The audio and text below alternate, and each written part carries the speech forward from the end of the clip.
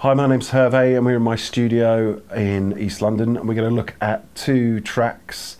One is Last Lovers Left Alive from my last album and the other is Cheap Thrills, a dance track that I did in 2006.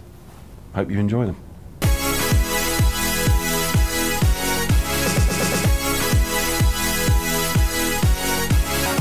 So the track we're going to look at here is a track called Cheap Thrills that I did in 2006, late 2006, just before Halloween, and I sampled Thriller. Originally I was going to do a kind of re-edit of Thriller, but in the end I only used the main riff and did my own thing with it. When it sort of blew up and Ministry of Sound wanted to sign it, the only proviso was that we got the sample cleared first. So basically we had to go and speak to the person that wrote Thriller, which wasn't Michael Jackson, it was a guy called Rod Temperton, an English songwriter. And we went and spoke to him and luckily he said, yeah, you can use it, which was great. We wouldn't necessarily expect that. And then we actually got the sample itself replayed by a replay sample company in Brighton. They basically sent over these two separate parts. The drums, little kick there, and then the fill. And then the other part would be the synth.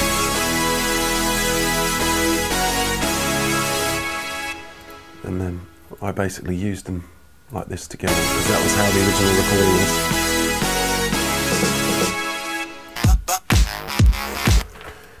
And so, once I'd kind of got that idea, I just took it in here and started carving it up a bit and glitching it a bit.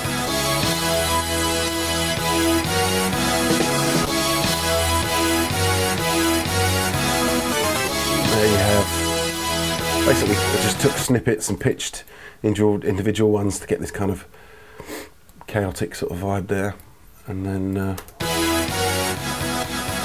it's just doing repeats of bits and panning left and right. Just wanted to break it up as much as possible. Repeats fade down and fades up. Once I kind of worked out what the main riff is, I could start building the track around it. And here we have, this is a very simple track really. I've used the actual main bass line and just EQ'd it out and chopped segments out so it has a chance to build a bit of crush on there. As you can see, it's EQ, make it a bit freaky, so it foreshadows the actual main riff, and it seemed to work really well. Okay, so yeah, this is so we have that bass line there, which is EQ'd out and edited. The synth I used for that was the Rob Pape and Predator one, which I used to use a lot back then. It was very simple to use, and had some, you know, it was a good synth. Just used to use a lot of EQing and bit crushing and stuff on it.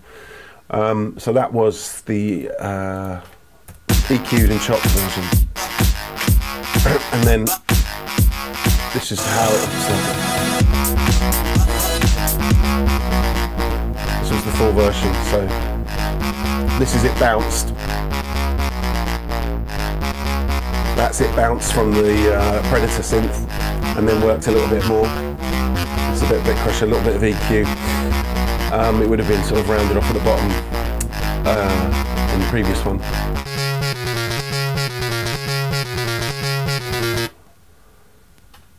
The reason I'm using Kickstart here is because I'm using Cubase 9.5 and it's 64-bit, so this was obviously done 12 years ago and everything was 32-bit or something, and I was using a different sidechain program back then. So this is just really fast way of substituting it. I use it a lot now whenever I want to do sidechaining because it's just lightning quick compared to everything else. So there we have the main riff and how the bass line works. And there's kind of supplemental sort of little points of interest here, which is basically a part of the original Thriller stab reversed just to creates a build up to the breakdown intercut with this.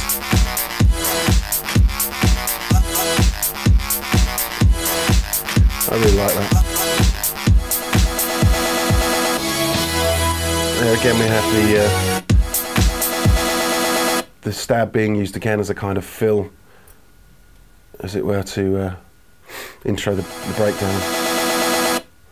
So it's being used in multiple ways. I'll show you here. You've got this main breakdown, then you've got these little points of interest here, and then you use it as a I use it as a fill thing there.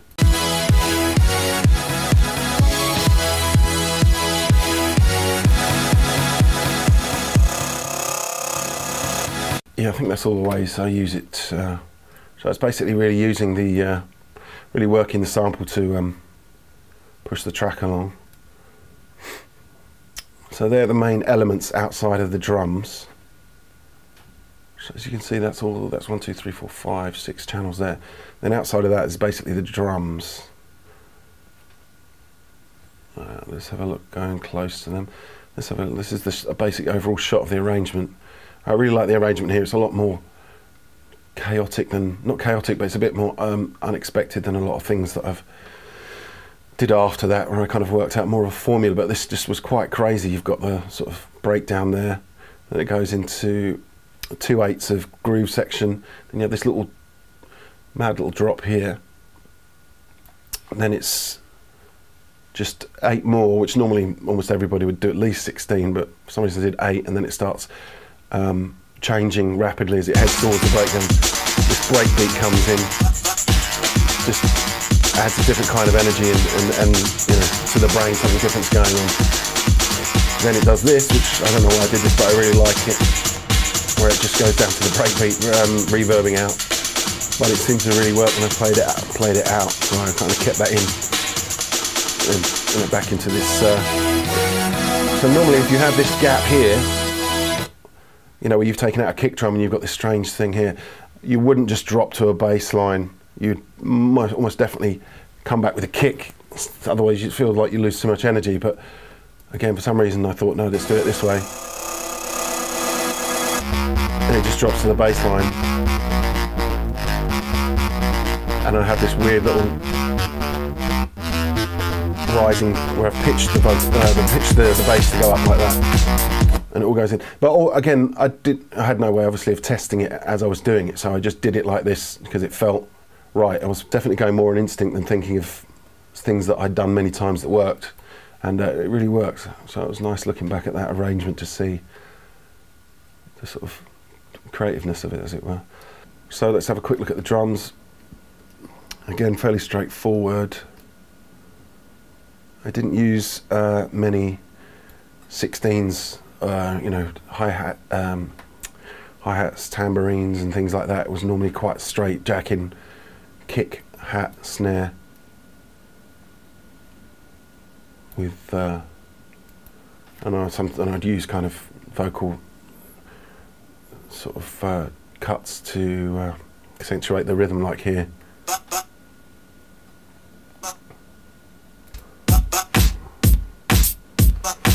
I would use a lot of vocal cuts like that on intros and things to keep it interesting. As long 2-minute beat intros were not particularly, sort of, well, they were going out of fashion a little bit, but now they're very much back in fashion. But this was kind of cut to the chariot stuff, get rolling. This is kick drum. It's the lead kick drum. A little bit of compression on it, solid bass comp from Native Instruments. A little bit of EQing to take the top off and make a little bit more room for this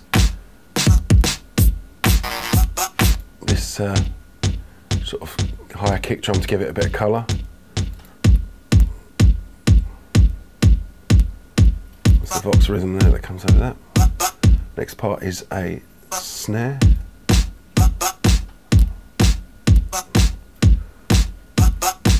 Strangely off-grid.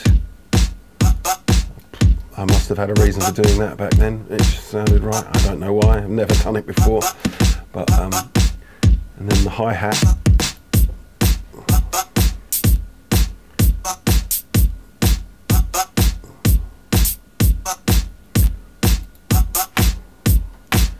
It's just kind of, I have no idea why I did that, I'll be honest with you. That doesn't make any sense to me, but I did it, and it's out there. It's the clap. Oh yeah, the snare would have been moved off to make a kind of clap snare effect there.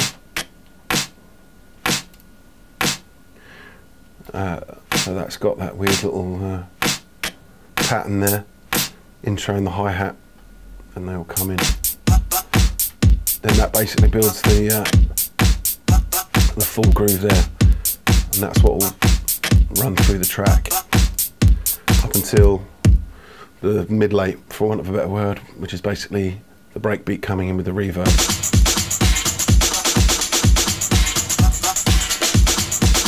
And as you see, the strip away the drums as it breaks down and down and down towards the last breakdown.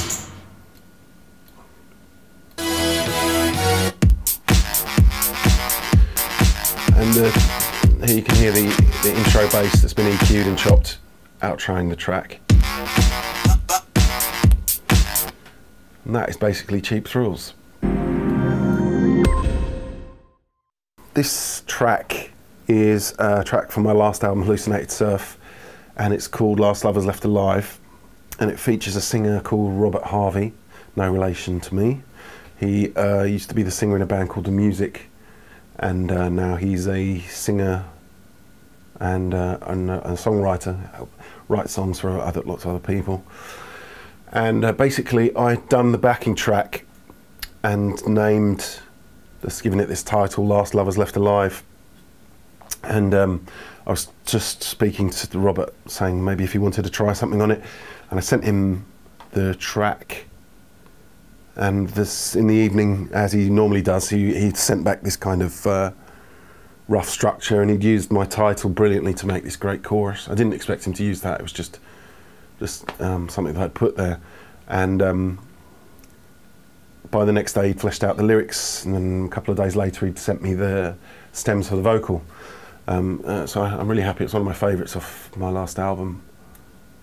It's quite a slow track, as the last 10 tracks on my album were. The first 10 were sort of up-tempo club records, and the next 10 was this more down-tempo style like this.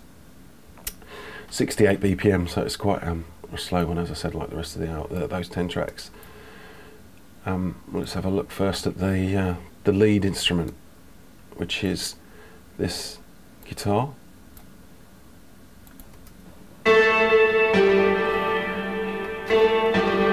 Now I have a guitar over there, but it's much easier for me personally to play it in on a keyboard and use something like Guitar Rig to shape the sound that I want.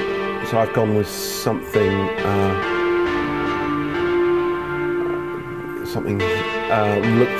gone through some of the presets to get a setup that's like what I wanted, and then kind of tweaked them to get the sound I want, and then I've saved it and I used it on a couple of other tracks for the album over the guitar to keep a kind of consistent sound. This is basically a very strange, it's a guitar from Nexus, which a lot of people associate with EDM, big cheesy EDM records, but I quite like it for it's got some hidden depths sonically, very good sound quality stuff. But this is a jazzy guitar, would you believe? And it's put through the Guitar Rig, which sounds really good. I'm really happy with that sound. I've taken a bit of the top end off because a lot of this stuff was supposed to be squeezed, and it's compression and rolling off top ends to give it a kind of found sound kind of vibe, basically. So underneath these guitars we've got like a little vinyl effect, just taking away, creating a bit of atmosphere. This is some bird sound, late night bird sound from Spain. I've taken lots of things when I go on holiday and to the beach and stuff, and use them as beds throughout the tracks. Just adds nice atmosphere and random detail. So that's underneath the intro, and you see it's through most of the track. I've dropped it out for impact purposes before choruses and things. The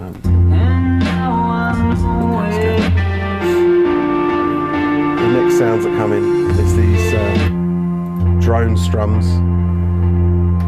I just like drones basically, and it's from the same Nexus guitar rig sort of setup, and I've bounced those out and split them left and right, as you can see here. And there's just a simple droning plodding bass that comes in underneath, so as not to interfere with the rest of the track. I just like the droning aspect of it, just to give it a bit of sub. We've got this plodding bass going through it. And that is all the keyboards and guitars, I believe. Yeah, we've got some synth and contact, creating these pre-chorus kind of non-drum fills, if you like.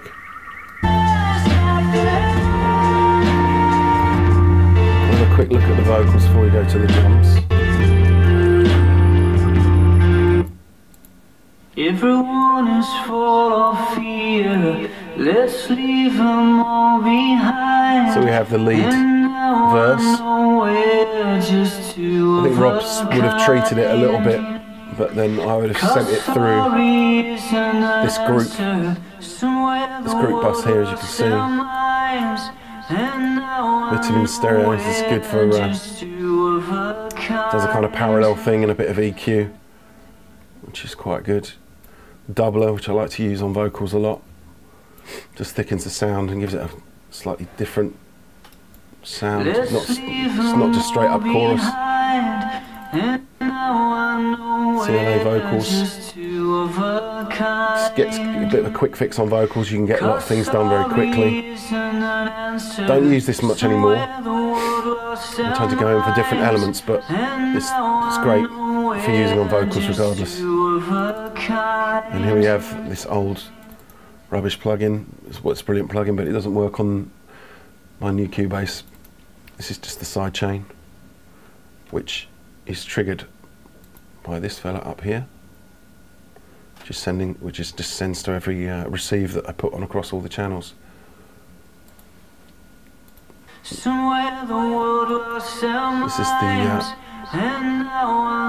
pitch down to enhance the sort of switch up that's coming.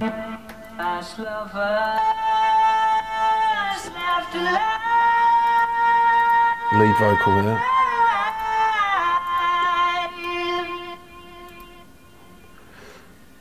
Doubler, side chain. This goes out to the Vox as well, so it goes through all these again. There's a low harmony there. That's group, the Vox group, obviously. Then there's an artificially lowered one, just to thicken out the whole thing. So here we have the artificially lowered vocal. Now I've got a few different plugins that do this really well. But at the time I don't think I had it. I can't remember the name of one that's, I think, oh yeah, Little Altar Boy, the Sound Toys one is brilliant. It's amazing. This one, I just did it here at the top here. You can see, you can do it to any audio or anything on here actually. You can just pitch it down. I mean, it works really well, but it's not a great, when it's on its own, it has these weird artifacts that come in at the beginnings of things. But it totally did the job. But, Little Altar Boy is what I would use now.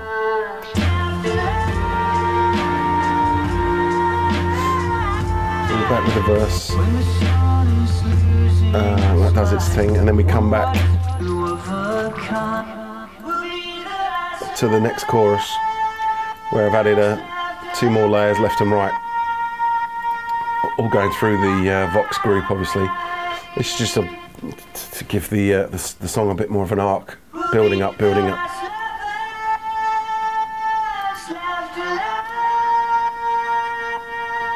You can hear what they're all doing. We'll play these all together.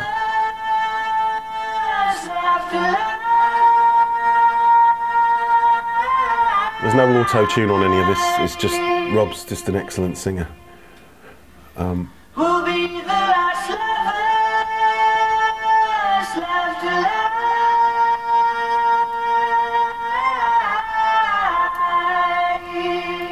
So from there, we've covered the verses, the choruses, and this is the middle eight. Is basically the low pitch one down that it's not sort of super noticeable. So I thought I'd use it to change things up here, and then these little delayed out love snippets. I think I really like that. Just keeps this kind of droning, continuous droning aspect. This, I don't think you really notice this until you come to the middle eight, but this started here on the second chorus. It's like a kind of, just a held, two held notes to sort of keep building and building the sort of to a crescendo of the ending.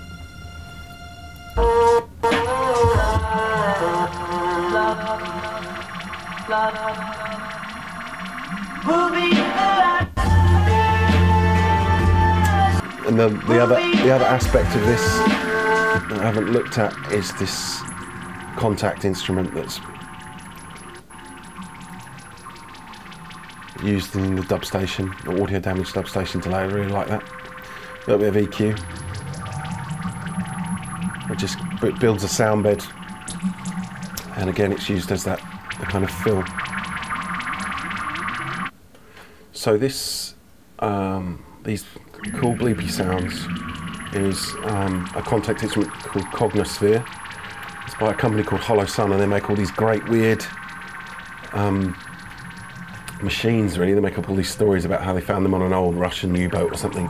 But you can randomise and loads of little tweaky sounds. They just make all these really interesting background noises and drones and stuff. They're really excellent. I really like using them. So as you can see, you can make all this craziness. This is just on the last chorus. So that's a cognosphere that creates this kind of interesting sound movement in the background. So with these drone things, it's nice to add all these little touches to keep it interesting. So that's vocals and the synths, and then we'll have a look at the drums here and see how they are built.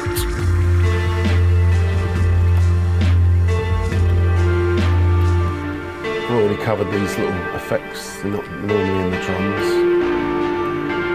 I think there's a side.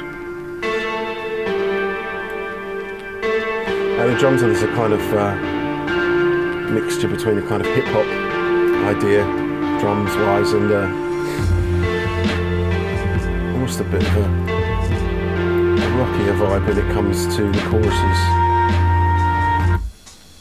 All these kind of reversing.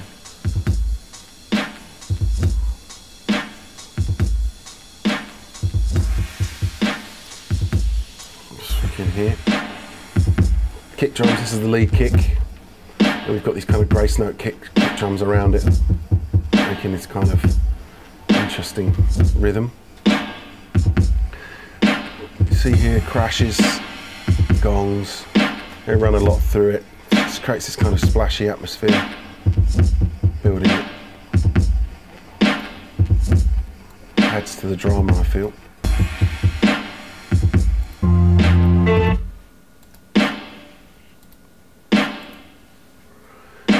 Clap snare, sorry, with the vintage Valhalla. I love these plugins, they have really great reverbs, all the ones that they do.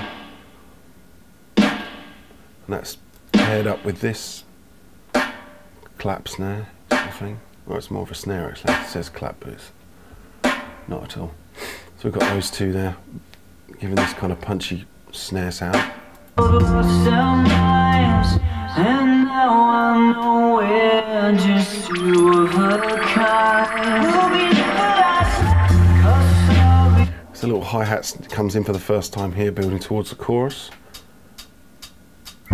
And now I know it. This is just an open hi-hat that comes in on the chorus to sort of rhythmically differentiate between the verses. Gives it a bit more drive and oomph.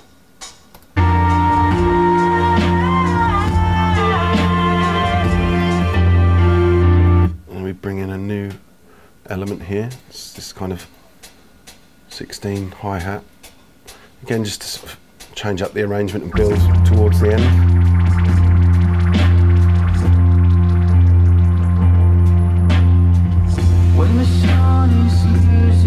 So these verses are basically 8 bars long because it's so slow.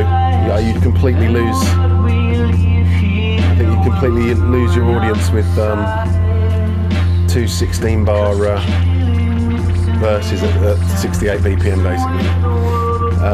So it kind of, even though it's slow, it does zip along quite nicely.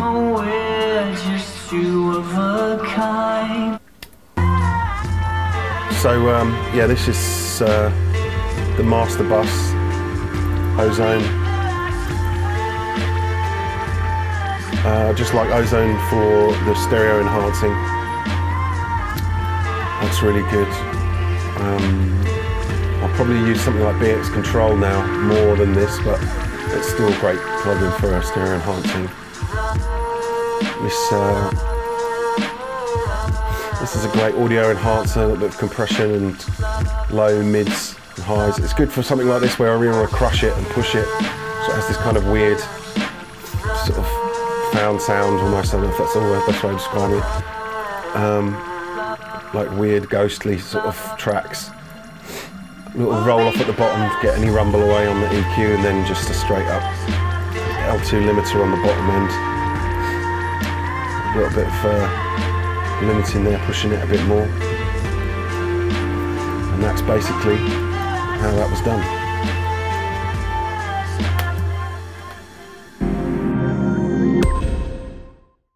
Okay, that's those 2 tracks covered. If you want to see more, I've got another video, so come back for part 2.